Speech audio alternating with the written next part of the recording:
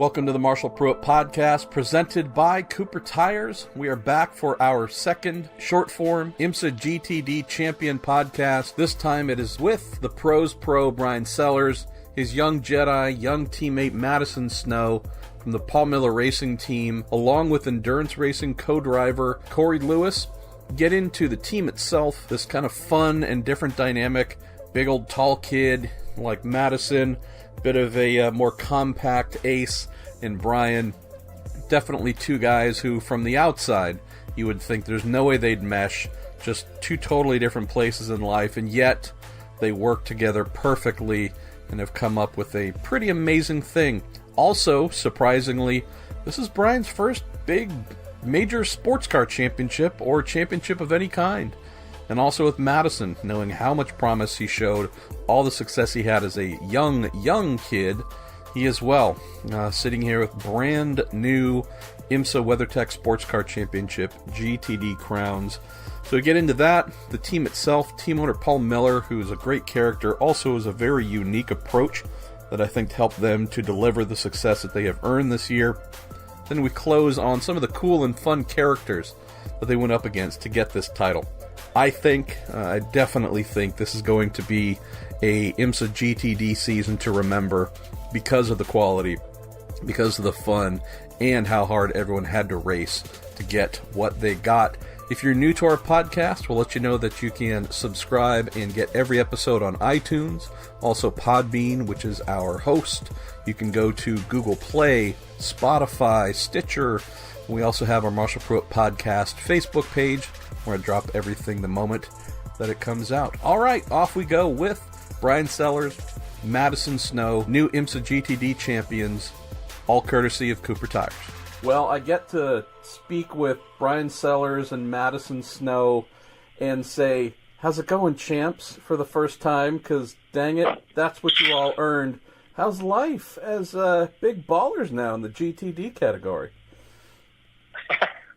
I'm going to be honest, I haven't slept a whole lot since the end of the race. Well, you got kids to put down. Little sore.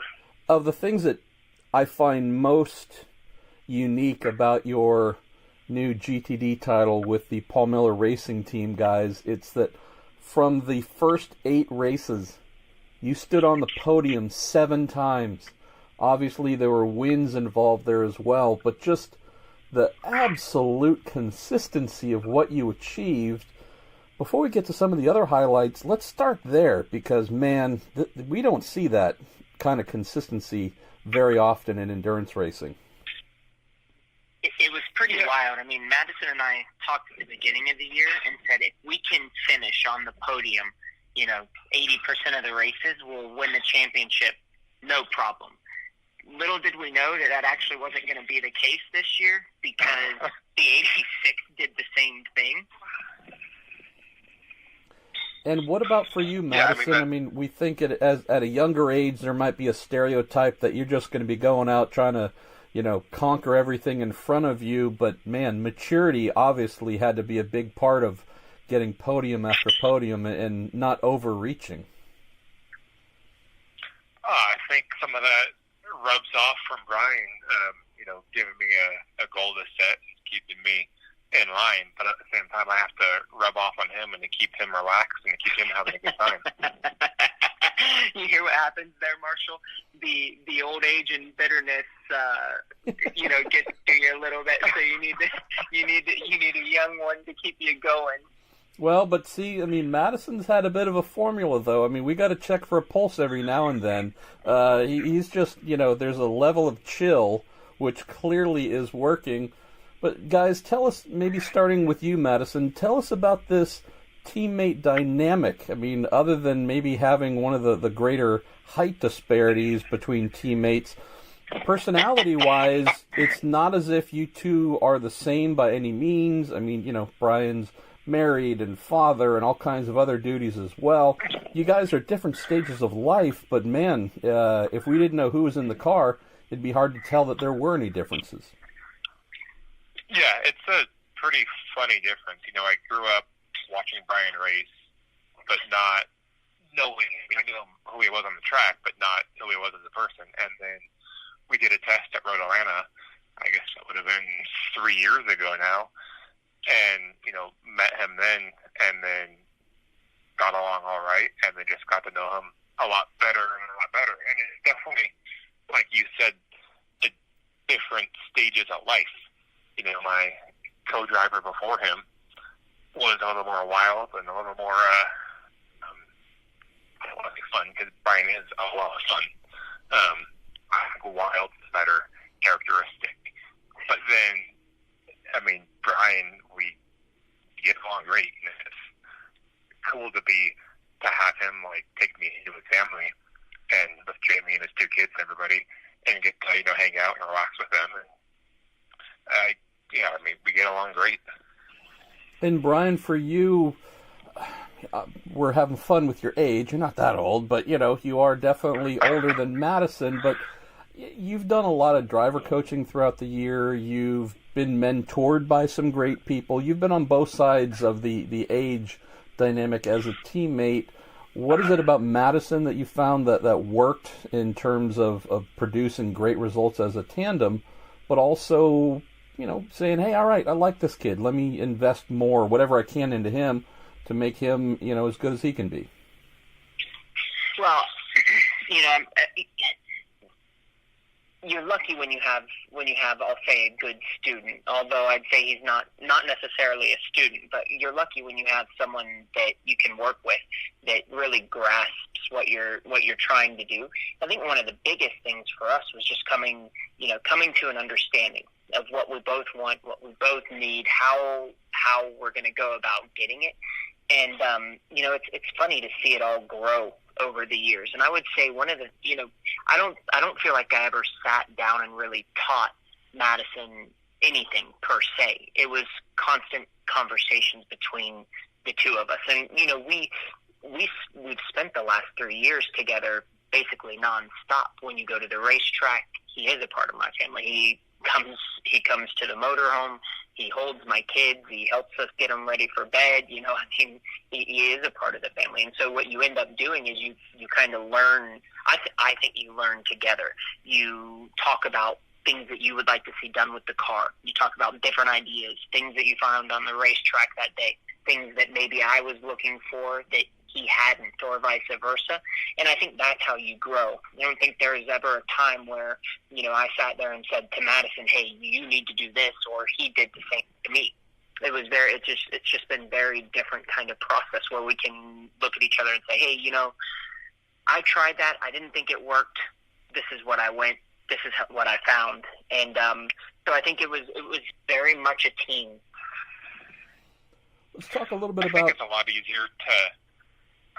I was going to say, I think it's a lot easier to learn when you can be friends with the other person and you're around them and you go to dinner with them and you hang out with them, after the track, because then you can talk about that stuff, but it's not like you get out of the car and you go in the trailer and you just sit there and talk only about that for an hour. Like, to me, that's boring. Like, you have to have, you got to make it enjoyable. And so, talking about it after the session is great, but it's nice to break it up, have a good time, with your teammates and learn from them, constantly, and not just in one small thing. When I was a kid, I would go out on the back deck after my dad would get home from work, and all I'd want to do is talk racing with him because, he was an amateur racer. That's where I got my passion for the sport.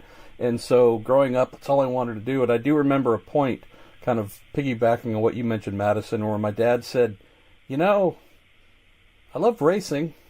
I love talking about racing. Sure would be nice to be able to talk with my kid about something else, though.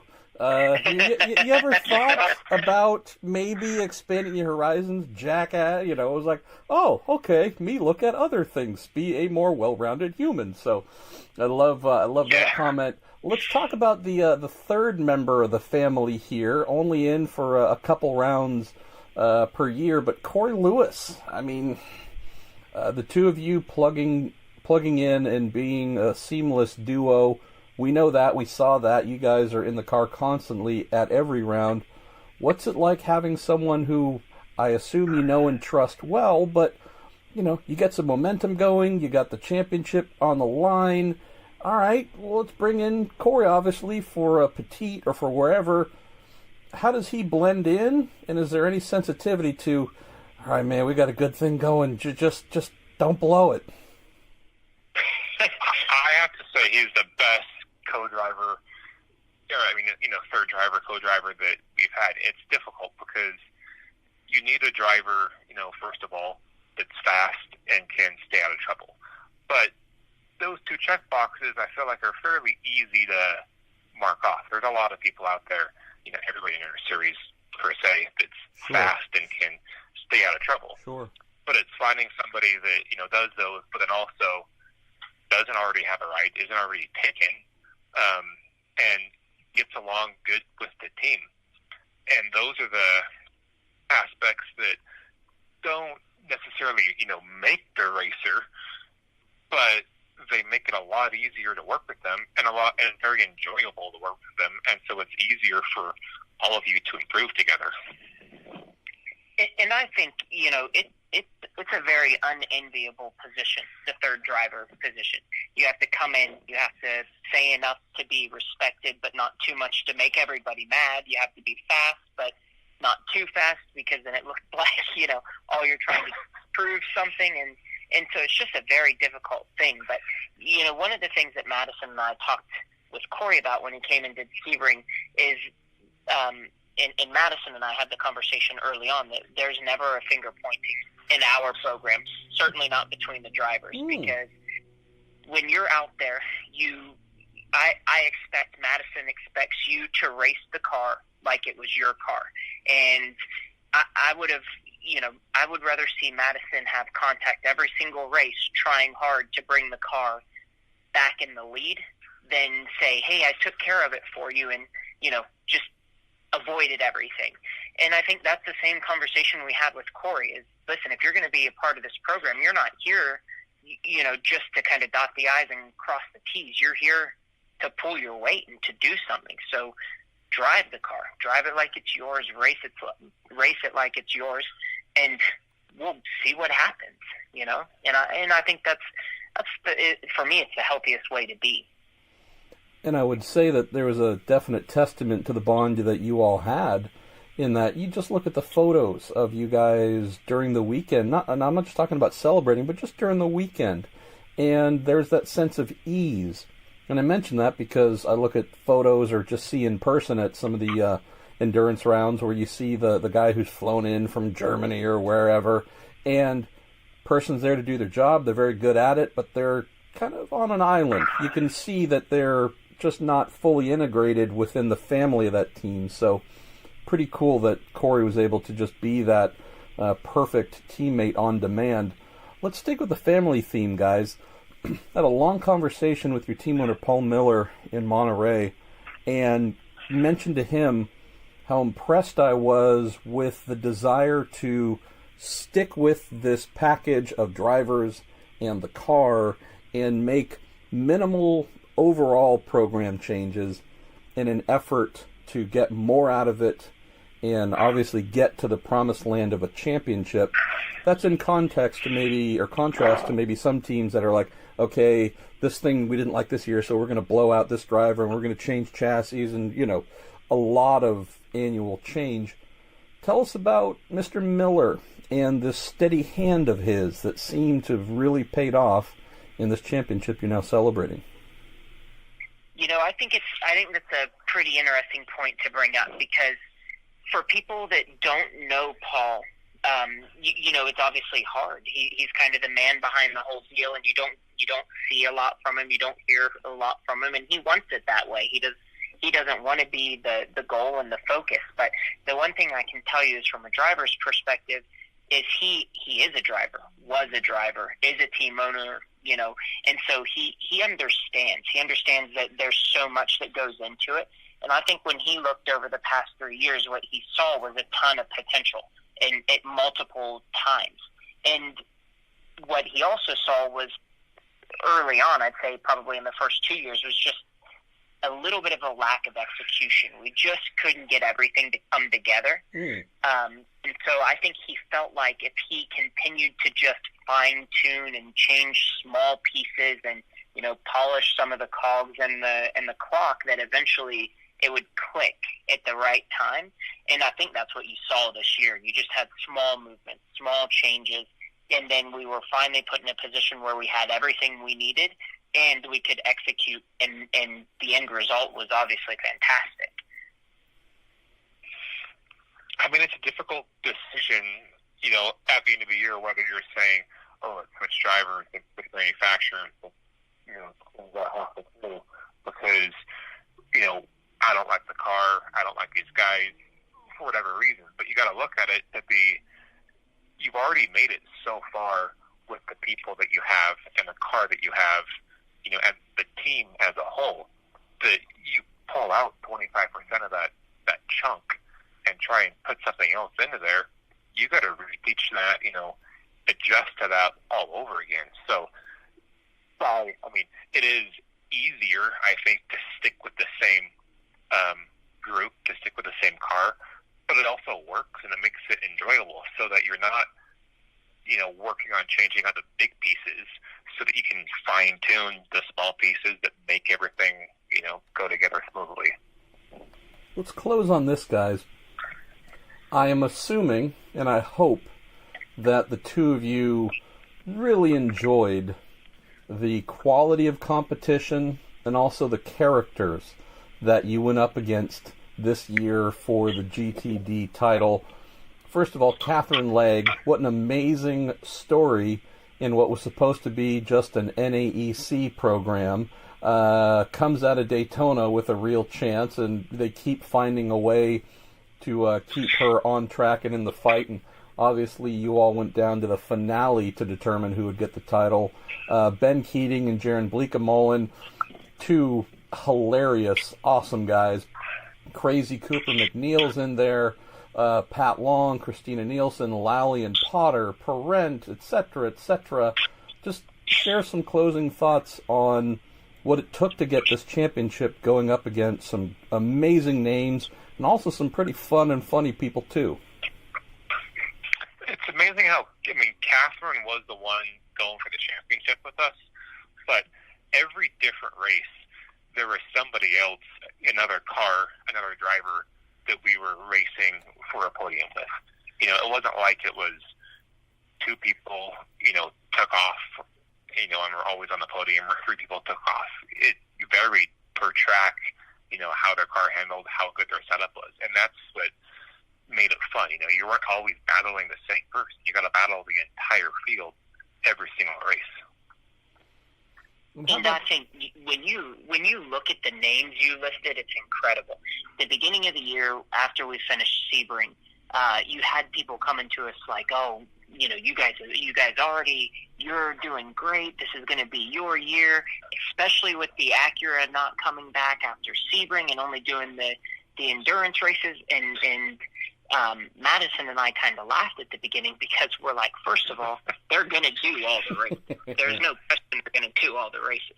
And second, I want them to do the races, and he wanted them to do the races, not just the Acura, all these cars. Because, for sure, if you want to say you're a champion, you want to say you're a champion beating some of the best people. And, I feel like we could say that. You can just go through the list. The Catherine Leggs, the Alvaro Parent, Pat Long, Jack Hawksworth. I missed a million of them, right? But the list is never ending. And when you put your name up against those people's names, you feel strong about what you accomplished. Well, this is the part where I say embarrassing things. Bryan, I'm so happy for you to have gotten this championship. I don't feel as if you needed it from a validation standpoint. We've known for a long time you are one of the best there is, but I'm happy for you to have this championship just to make sure that you got one to at least show your kids when you're old and retired that Dad didn't suck completely. Also, as one of the true gentlemen and nicest guys in any paddock, and Madison, for you as well. I guess it was never really a question for me that you were going to be an IMSA champion at the top tier categories, but I'm also sure that we aren't looking at your one and only. So just great to see two good people who've dedicated themselves to sports car racing, work together, achieve something amazing with a great team, and yeah, A, get some sleep, sellers, come on now, and B, Madison, I know. I guess coach the old man a little bit here on how to party, but without wearing himself out. Before you let us go, Marshall, Madison and I want to both wish you and your family the best of luck, and know that the whole racing world's behind you. We love you, man. Wow, thank you so much, guys. Wish I could have been there to help celebrate with you, but we got plenty of time during the off-season to tell some more tales, and next thing you know, you're going to have a bunch of people trying to take those titles away from you. So thanks again, and we'll speak to you guys soon. Thank you. Fun phone call with Madison, with Bryan, and hopefully we can do something else a little bit later in the year as we get ready, looking forward to 2019 in their efforts to defend this new GTD championship. Congratulations again to the Paul Miller Racing team. Just gotta love what they have done, gotta love the faith they have placed in one another, and the reward that came for it. All right, I'm Marshall Pruett. This is the Marshall Pruett Podcast, presented by Cooper Tires. Thank you for listening.